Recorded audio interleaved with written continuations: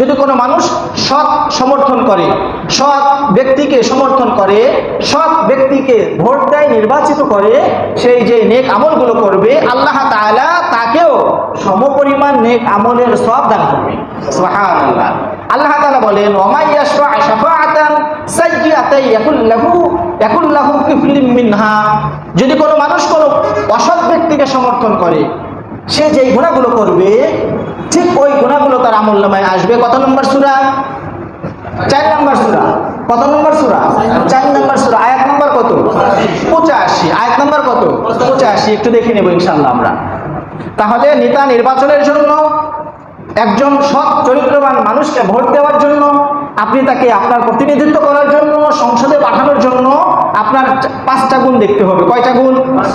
5টা গুণ। এক নাম্বার ক্যারেক্টার, মানে চরিত্র। যার চরিত্র নাই তার ঈমানই নাই।